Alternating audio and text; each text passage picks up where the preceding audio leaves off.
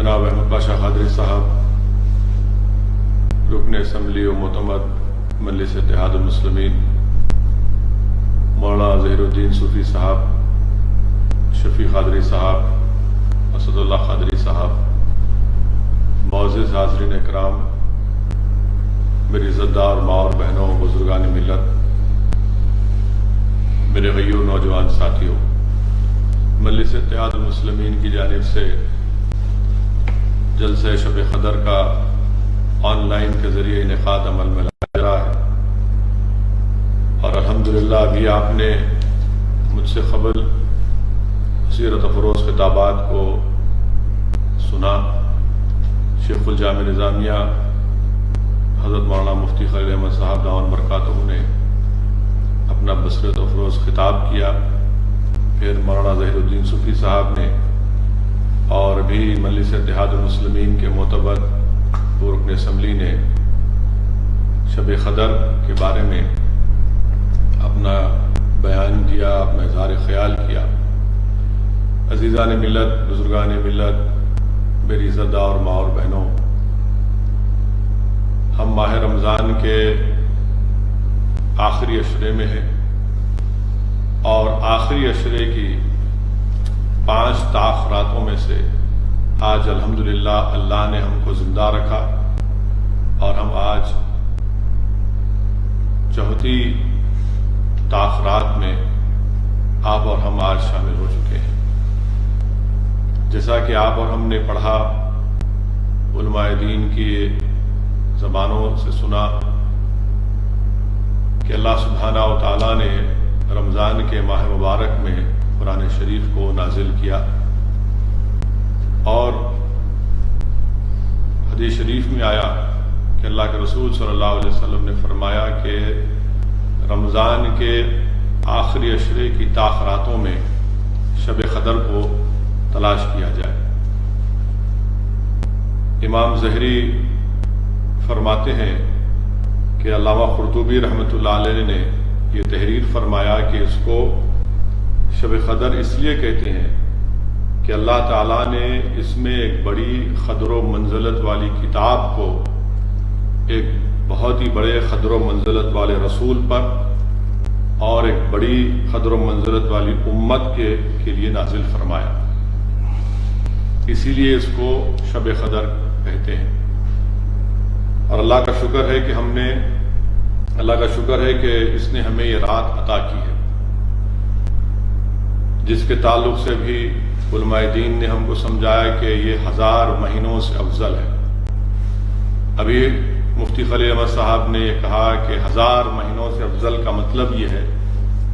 کہ 83 برس 4 مہینے، یعنی جو آج کی رات رمضان مبارک کی 4 طاق رات کو عبادت کرتا ہے اور اس کو شب قدر مل جاتی ہے، تو اس کو 83 برس 4 ماہ کی عبادت کا اجر اس کو ملتا ہے۔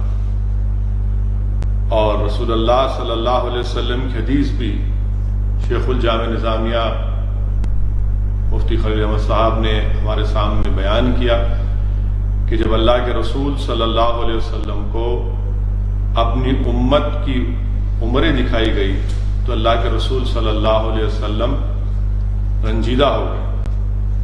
تو اللہ سبحانہ و تعالیٰ نے اپنے حبیب کے دل کو رنجیدہ پایا، اس لیے کہ اللہ کے رسول صلی اللہ علیہ وسلم اس بات کے فکر مند تھے کہ میری امت کی عمر کم ہے اور اتنے زیادہ نیک اعمال وہ کیسے کر پائیں گے۔ تو اللہ سبحانہ و تعالیٰ نے اپنے حبیب محمد مصطفیٰ صلی اللہ علیہ وسلم کے دل کو رنجیدہ پایا اور سورہ قدر کو نازل کیا، اور اسی لیے رسول اللہ صلی اللہ علیہ وسلم نے حضرت انس رضی اللہ تعالیٰ عنہ روایت فرماتے ہیں کہ رحمت العالمین صلی اللہ علیہ وسلم نے ارشاد فرمایا کہ شب قدر اللہ سبحانہ و تعالیٰ نے صرف میری امت کو عطا کی ہے، اللہ نے کسی انبیاء اور رسول کی امت کو شب قدر عطا نہیں کی۔ اور اس رات شب قدر کے سلسلے میں، اس رات کے سلسلے میں علماء دین نے، محدثین نے مفسرین نے لکھا کہ آج کی رات اللہ کے حکم سے حضرت جبرائیل علیہ السلام فرشتوں کی فوج کے ساتھ زمین پر اس طرح آتے ہیں کہ پوری زمین تنگ ہو جاتی ہے، پوری زمین تنگ ہو جاتی ہے۔ مجاہد لکھتے ہیں کہ رسول اللہ صلی اللہ علیہ وسلم نے فرمایا کہ بنی اسرائیل میں ایک شخص تھا جس نے 1000 سال اپنے جسم پر اسلحہ باندھ کے رکھا۔ اللہ کے رسول صلی اللہ علیہ وسلم نے جب یہ سنا تو اللہ سبحانہ و تعالیٰ نے اللہ سبحانہ و تعالیٰ نے سورہ قدر کو نازل کیا۔ وہیں پر یہ بھی آیا کہ اللہ کے رسول صلی اللہ علیہ وسلم نے فرمایا کہ بنی اسرائیل میں ایسے 4 لوگ تھے جنہوں نے 80 سال اللہ کی عبادت کی اور پلک کے مقدار بھی اللہ کی نافرمانی نہیں کی۔ صحابہ اکرام تعجب میں تھے، تو اللہ کے رسول صلی اللہ علیہ وسلم نے فرمایا کہ وہ 4 لوگ جو 80 سال اللہ کی عبادت کیے، اس میں حضرت زکریا علیہ السلام، حضرت یوشع بن نوح علیہ السلام، حضرت حزقیل علیہ السلام تھے۔ تو فوراً اللہ سبحانہ و تعالیٰ نے اللہ کے رسول صلی اللہ علیہ وسلم کے پاس حضرت جبرائیل کو بھیجا اور وحی نازل کی کہ اللہ اس سے بڑھ کر آپ کے لیے، آپ کی دلجوئی کے لیے اللہ سبحانہ و تعالیٰ سورہ قدر کو نازل کرتا ہے۔ صحابہ کرام تعجب کیے، اس کے بعد اللہ کے رسول صلی اللہ علیہ وسلم اور صحابہ کرام خوش ہوئے۔ حدیث شریف میں آیا کہ ابو ہریرہ رضی اللہ تعالیٰ عنہ سے روایت ہے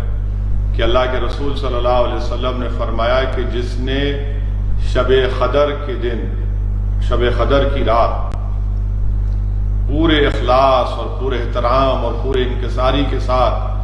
پورے اللہ کے خوف خدا کو ملوز رکھتے ہوئے توبہ اور استغفار کیا تو اللہ سبحانہ و تعالیٰ اس کے تمام پچھلے گناہ معاف کر دے گا۔ میں قوم کے غیرت مند نوجوانوں سے یہ بات کہہ رہا ہوں، خاص طور سے آپ سے مخاطب ہوں کہ ہم اور آپ زندگی کے چھوٹے چھوٹے فائدے کے لیے، چاہے وہ تجارت ہو یا کچھ ہو،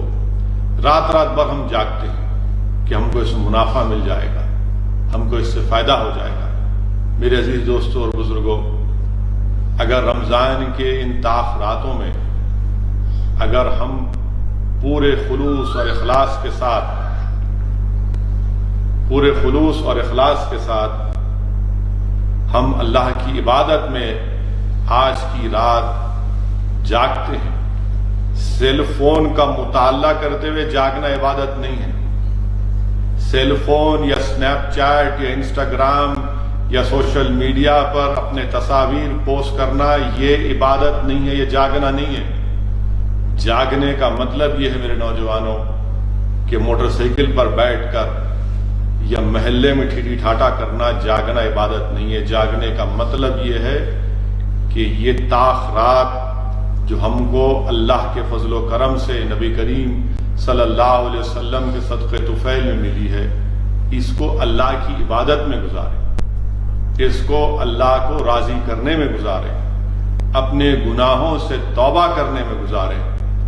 تو جو خوش قسمت آج کی رات اللہ کی عبادت میں مشغول رہے گا فجر تک، اللہ سبحانہ و تعالی کا اعلان ہے، اللہ کا وعدہ ہے، اور اللہ کا وعدہ سچا ہوتا ہے۔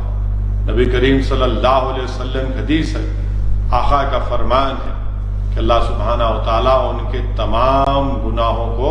معاف کر دیتا ہے۔ حدیث شریف میں آیا کہ اللہ کے رسول صلی اللہ علیہ وسلم نے ارشاد فرمایا کہ شب قدر کی رات حضرت جبرائیل علیہ السلام پورے فرشتوں کے ساتھ اللہ کی اجازت سے زمین پر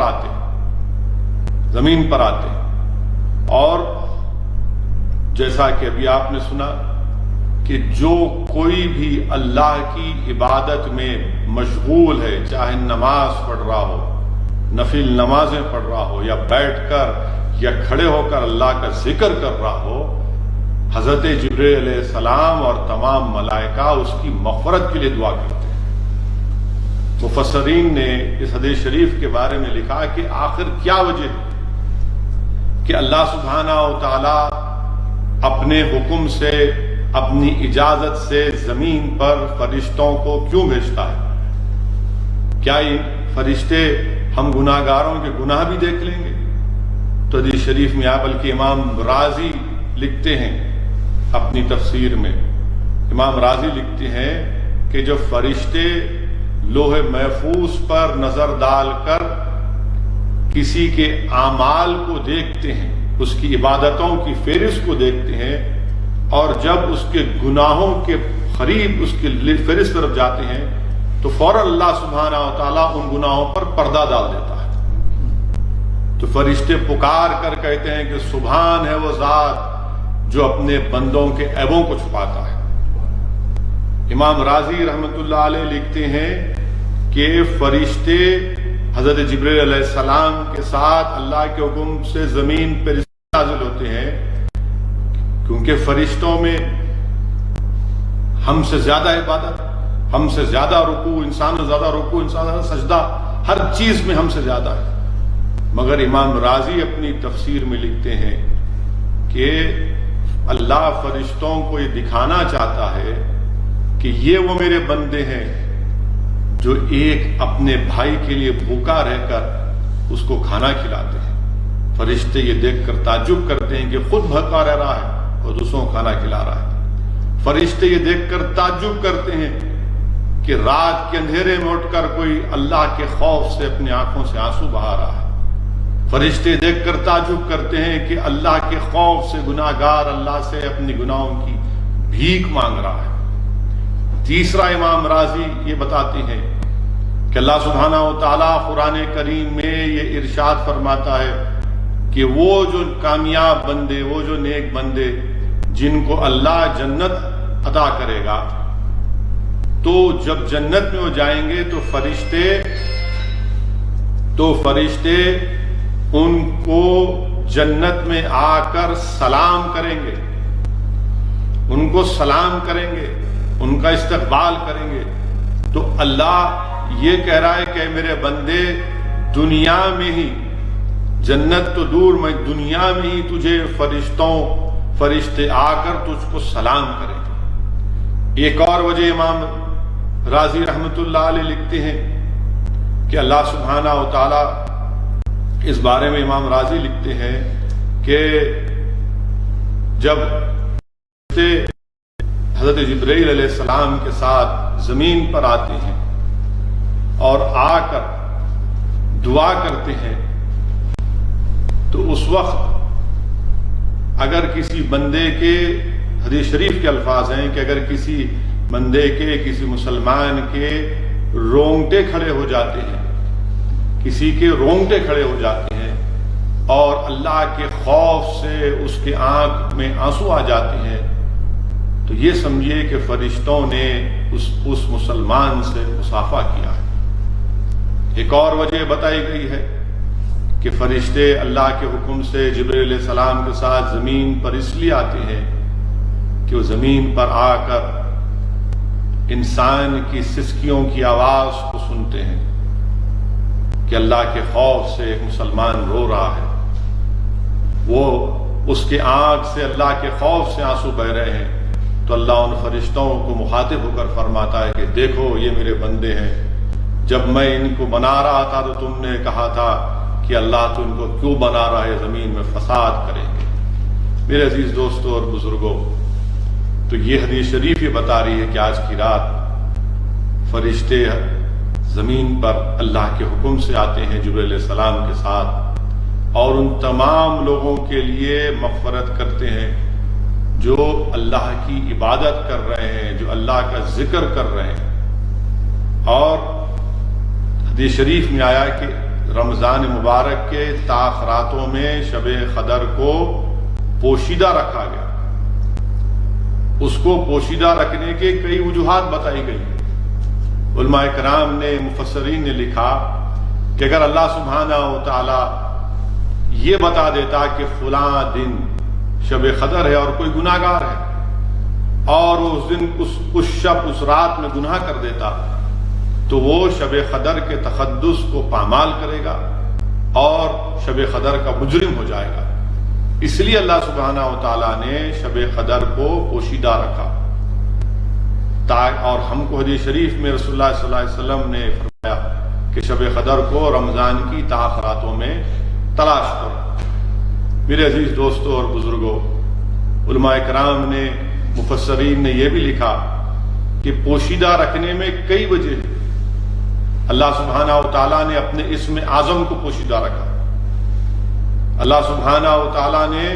جمعے کی اس شب کو پوشیدہ رکھا کہ جس وقت کسی ایک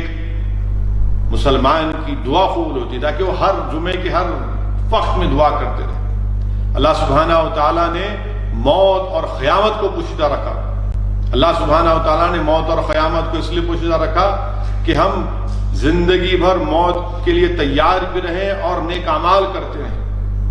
تاکہ قیامت کے اس ہولناکیوں سے بچ سکیں۔ اللہ سبحانہ و تعالیٰ اپنے ولیوں کو پوشیدہ رکھا اس لیے کہ ہم نیکیاں کرتے جائیں اور کسی کے بارے میں کسی شخص کو برا نہ سمجھے۔ اسی طرح شب قدر کو پوشیدہ رکھا گیا۔ اور علماء کرام نے یہ بھی لکھا کہ سابقہ امم میں اگر کوئی اللہ سبحانہ و تعالیٰ کے یا اللہ کی عزت نہیں کرتا تو اللہ سبحانہ و تعالیٰ ان لوگوں کو ہلاک کر دیتا۔ مثال کے طور پر یہ کہا گیا کہ ہفتے کے دن مچھیوں کو نہ پکڑا جائے۔ بنی اسرائیل کی اس قوم نے اللہ کے اس حکم کے خلاف کام کیا تو اللہ نے ان کو بندر بنا دیا۔ شاعر اللہ کی تعظیم کرنا ضروری ہے۔ جس نے حضرت صالح علیہ السلام کی اونٹنی کو ہلاک کیا، اللہ نے ان کی پوری قوم کو تباہ و برباد کر دیا۔ تو شاعر اسلام کی تعظیم کرنا بے حد ضروری ہے۔ شب قدر بھی اللہ کی ایک بہت بڑی نعمت ہے اللہ کے رسول صلی اللہ علیہ وسلم کی امت کے لیے۔ اور اللہ نے فرمایا کہ جو قرآن شریف میں اللہ نے فرمایا کہ جس نے شاعر اللہ کی تعظیم کی، اللہ نے کہا وہ اس کا متقی ہے، یعنی وہ متقی ہوگا۔ تو اس لیے تقوی پیدا کرنے کے لیے اللہ کے ان تمام نشانیوں کی تعظیم کرنا ضروری ہے، اور تعظیم کرنا بے حد ضروری ہے۔ وہیں پر میرے عزیز دوستوں اور بزرگوں، اللہ کے رسول صلی اللہ علیہ وسلم، حدیث شریف میں آیا، حضرت عبادہ بن ثابت رضی اللہ تعالیٰ عنہ، بخاری شریف کی حدیث ہے کہ اللہ کے رسول صلی اللہ علیہ وسلم اللہ کے حکم سے گھر سے اپنے نکلے کہ آج میں شب قدر کے تعین کا اعلان کر دوں گا۔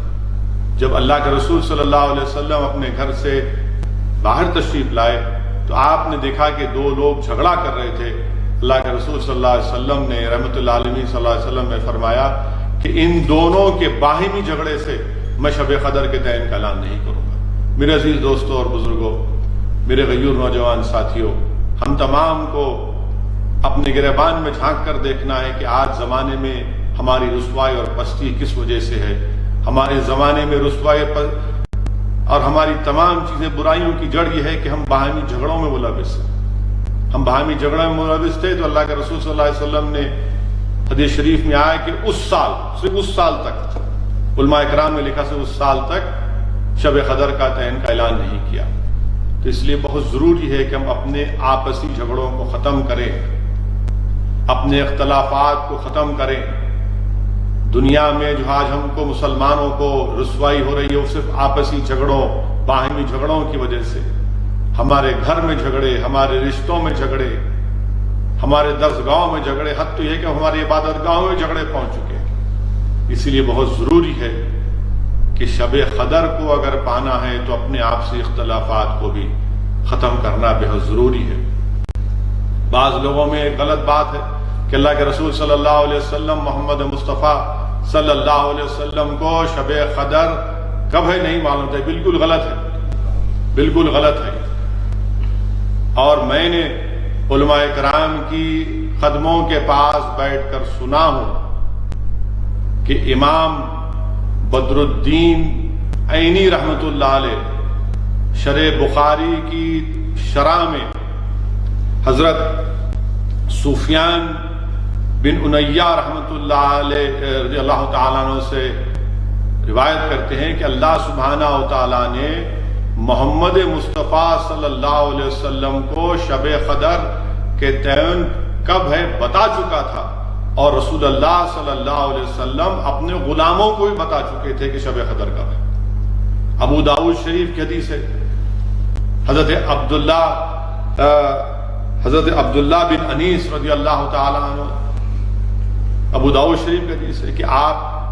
ایک گاؤں میں، دیہات میں، ویرانی میں رہتے تھے۔ آپ نے اللہ کے رسول صلی اللہ علیہ وسلم سے جا کر عرض کیا، رسول اللہ صلی اللہ علیہ وسلم، میں ویرانے میں رہتا ہوں، اللہ کے فضل و کرم سے 5 وقتہ نماز ادا کرتا ہوں، رمضان کا مہینہ ہے یا رسول اللہ صلی اللہ علیہ وسلم، میں کس رات کس شب مسجد نبوی میں آ جاؤں؟ تو اللہ کے رسول صلی اللہ علیہ وسلم نے یہ ارشاد فرمایا کہ آپ رمضان کی 27 شب کو مسجد نبوی میں آ جائیے۔ اور ان کا یہ معمول تھا کہ وہ عصر کے بعد مسجد نبوی میں آ جاتے، اور بغیر کوئی اگر حاجت نہیں ہوتی تو فجر تک مسجد نبوی میں رہتے، عبادت کرتے رہتے، اور اس کے بعد فجر کی نماز پڑھ کے اپنے دیہات، اپنے گھر کو روانہ ہو جاتے۔ کسی نے جا کر حضرت عبداللہ بن انیس کے فرزند سے پوچھا کہ آپ کے والد کا کیا کرتے تھے؟ تو بولے کہ وہ عصر کے بعد مسجد نبوی میں آ جاتے اور رات بھر عبادت کرتے۔ تو اس سے معلوم ہوا کہ 27 کی شب، اس کی اہمیت، اس کی فضیلت خود آقا دو عالم صلی اللہ علیہ وسلم کی ابو داؤد شریف کی حدیث سے معلوم ہوتا ہے۔